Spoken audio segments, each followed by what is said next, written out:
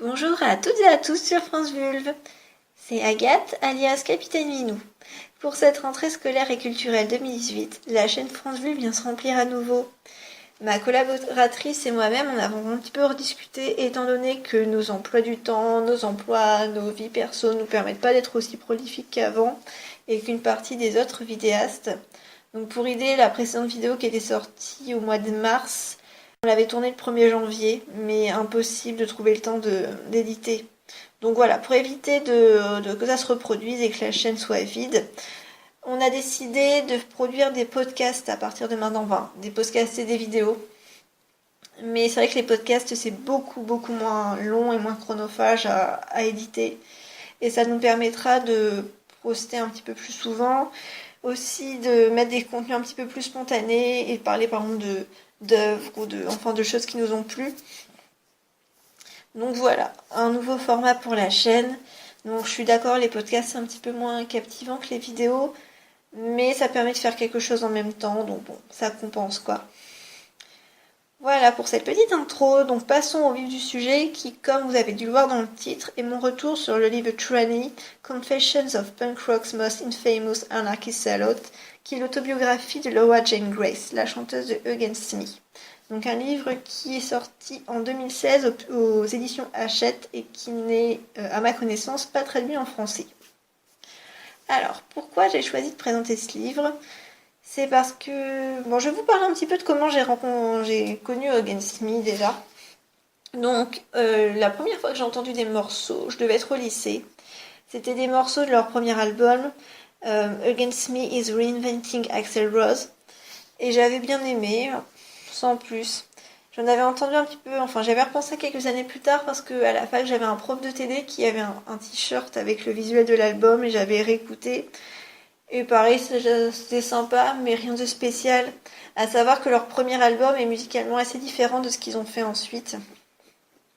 Et quelques années plus tard, j'étais retombée un petit peu dessus parce qu'à l'époque, je lisais un petit peu comme ma Bible, le magazine féminin en ligne Rookie Mag, le magazine qui a été fondé par Tavi Gavinson. Et dedans, une des chroniqueuses parlait d'une petite interview à laquelle avait participé Laura. C'est une émission en fait de présentation de garde-robe où elle présentait sa garde-robe partagée avec sa femme et presque exclusivement noire. Et en voyant ça, je me suis dit, mais je connais Against Me. Et en fait, je savais pas que c'était une chanteuse trans, une chanteuse qui plus est extrêmement sexy. Donc je m'étais un petit peu plus intéressée au groupe et il se trouve que c'était à l'époque où était sorti Transsexual Dysphoria Blues et j'ai écouté l'album une fois, je l'ai réécouté et je l'ai réécouté en boucle pas mal de fois cet été-là.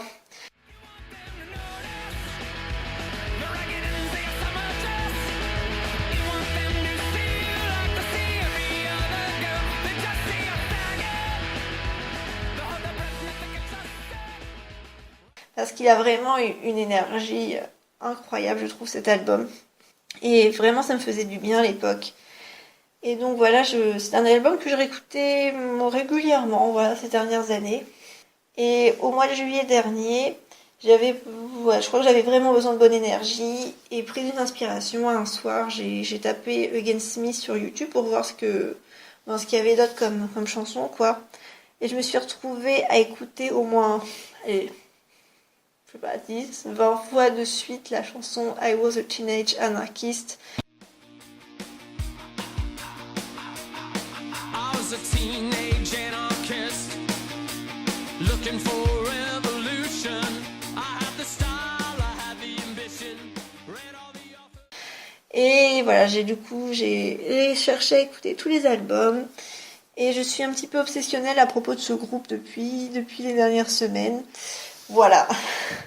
Et j'ai un crush aussi sur Laura, ce qui explique un petit peu mon obsession. Mais voilà, donc c'est dans cet esprit-là que j'ai décidé d'acheter et de lire l'autobiographie.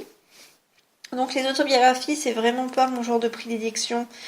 J'avais lu en autobiographie musicale Girl in a Band, l'autobiographie de Kim Gordon, la chanteuse, enfin l'ex-chanteuse de Sonic Youth. Et j'avais trouvé ça intéressant finalement d'avoir le contexte en fait des albums, des chansons. du point de vue des gens qui écrivent les paroles. Donc c'est pour ça que je me suis dit que ça pourrait être intéressant. Donc pour en venir au livre, Granny, c'est l'autobiographie écrite par Laura avec l'aide de Dan Ozzie, un journaliste musical new-yorkais. Et donc ils se sont basés sur des souvenirs de Laura et aussi sur en fait les journaux intimes qu'elle écrit depuis son enfance et qui ont fourni plein de renseignements. Donc de quoi ça parle? Donc ça parle forcément de la vie de Laura, c'est une autobiographie, de son enfance, de son adolescence, de ses addictions, parce qu'elle a eu beaucoup d'addictions dans sa vie, de son rapport à la musique, au mouvement punk, aux critiques que leur ont été faites quand ils ont commencé à gagner en popularité, mais aussi en ligne conductrice en fait de sa transidentité. Parce que, de toute façon, elle le dit dès le départ, mais son tout premier souvenir d'être humain, c'est quand elle était petite, c'est vraiment un souvenir de dysphorie de genre. Donc voilà, en fait, parallèlement à toute sa vie, au succès grandissant, etc., en fait, de voir comment sa transidentité s'est faite de plus en plus présente dans sa vie, jusqu'au moment où elle a arrêté d'essayer de la combattre et essayer de faire avec elle, vu que c'était une partie d'elle-même. Ce livre, personnellement, j'ai beaucoup aimé. Déjà parce qu'il donne du contexte et une signification à de nombreuses chansons que j'ai écoutées, voilà, des dizaines de fois depuis ces derniers mois. De savoir à quelle personne ou à quelle situation on fait référence dans les textes. Voilà, étant donné qu'elle est l'unité parolière du groupe. Mais aussi, il y a des chansons où la référence à la transidentité est, comme on pourrait dire, crystal clear, clair comme de l'eau de roche. Je vais vous mettre un petit extrait.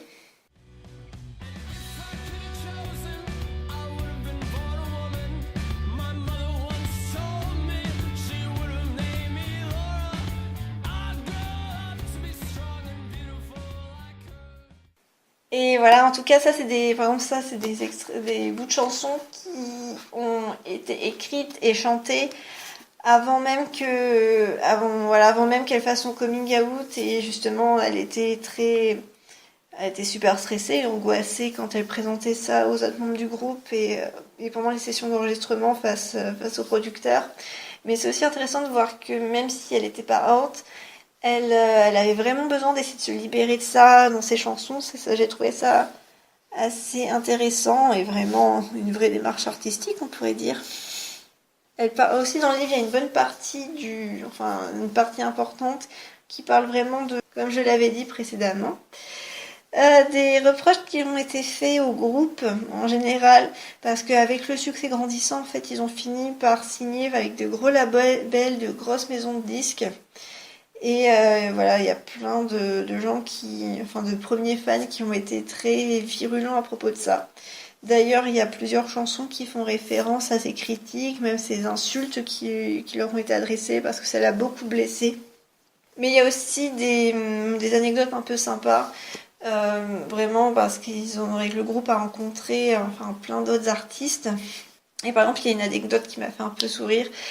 En fait, avant, Laura avait précisé dans le livre qu'elle a appris à jouer de la guitare en s'entraînant en écoutant Nirvana.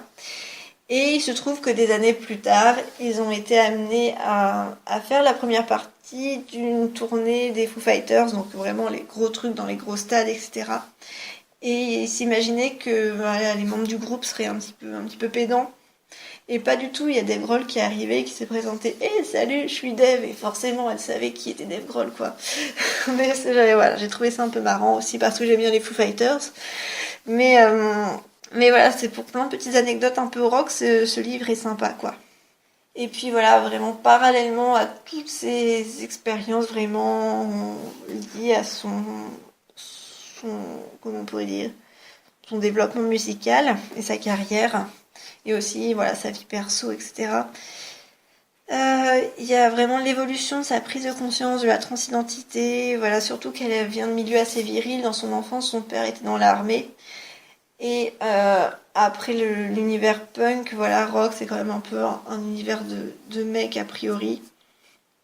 De manière générale, même si je suis pas concernée par la transidentité, je pense que toutes les personnes LGBT, voilà, qui ont grandi en sachant qu'ils ou elles étaient différentes, des autres, de ce qu'on attendait d'elle, pourront se reconnaître dans les mots de Laura. Et aussi parfois dans sa honte à savoir ou à ressentir certaines choses. Donc une autre particularité du livre, et comme j'avais dit, qu'il est basé sur des journaux intimes, mais il n'est pas que basé, en fait il y a aussi des extraits de journaux intimes qui sont mis dedans. Donc enfin ils sont recopiés, mais voilà, c'est des extraits qui sont censés être vraiment recopiés tel quel. Donc tout au long de sa vie. Et ça donne vraiment un rythme au récit tout en permettant de l'étayer avec plein de petites anecdotes de réactions à chaud, enfin comme on peut vraiment les avoir dans les journaux intimes. Et voilà, ça donne vraiment un rythme sympa et agréable au récit. Donc j'ai sélectionné quelques extraits. Donc le premier, c'est un extrait qui n'est pas un extrait de journal intime, c'est juste du souvenir, mais où elle parle de ce qu'elle pensait pendant son adolescence, donc c'est certainement basé aussi sur des journaux, mais peu importe.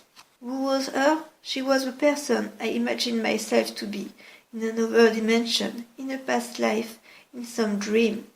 I had never heard of gender dysphoria, the idea that your psychological and emotional gender identities do not match your assigned sex at birth. I didn't have a name for the way I felt. No information was available, and there was no adult that I could trust with my secret. I thought I was schizophrenic, or that my body was possessed by wearing twin soulsbound. One male, one female, both wanting control. Donc vraiment, là, ça c'est... Enfin, dès son adolescence, c'était assez clair. Pour info, elle a fait son coming out, elle avait 30 ou 31 ans. Donc elle a... Voilà, c'est ça que je trouve intéressant, même, voilà, toutes ces années, elle a gardé ça pour elle.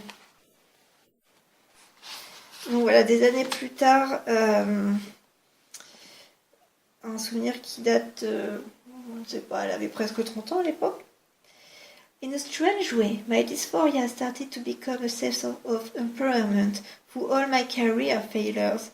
What had in the past always felt like a vulnerability had now become the one thing keeping me going, an ace up my sleeve of sorts.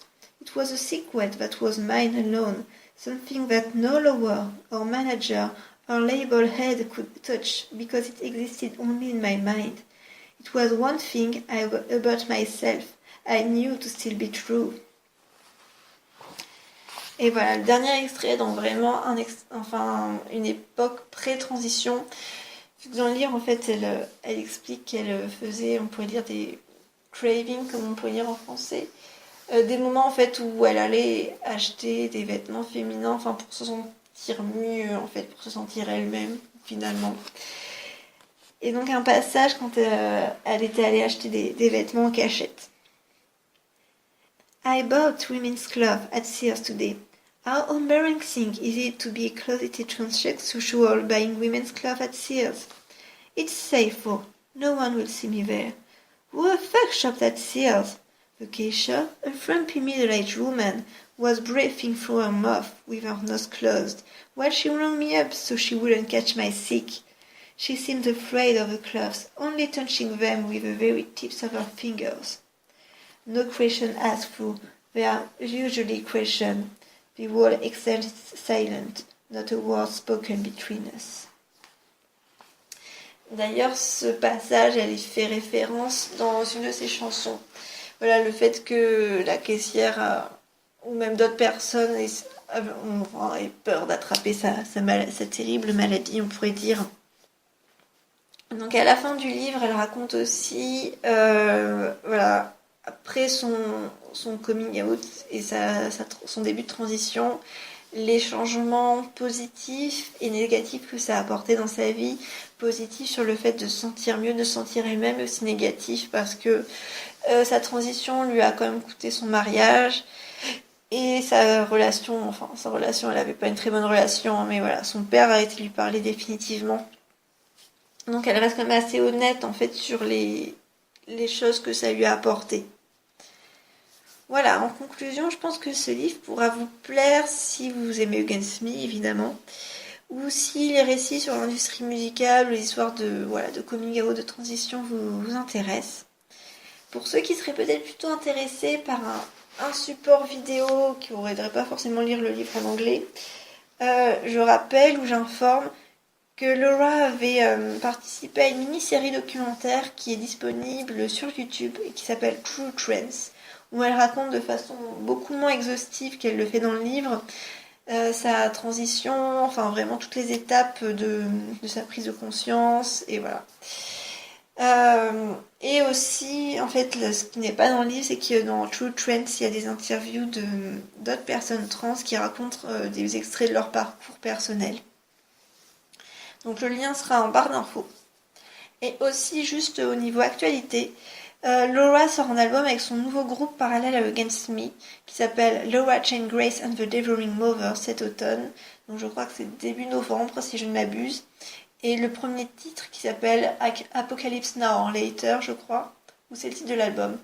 En tout cas, il sera en barre d'infos parce que il est écoutable gratuitement sur YouTube aussi. Voilà, donc j'espère que ça vous a plu, que ça vous a peut-être donné envie de lire le livre, ou en tout cas que ça vous a donné envie d'écouter un petit peu de chansons de Against Me. Enfin, forcément, moi je trouve que ce groupe est super bien, donc je peux que vous conseiller d'écouter ou vous faire connaître Laura Jane Grace.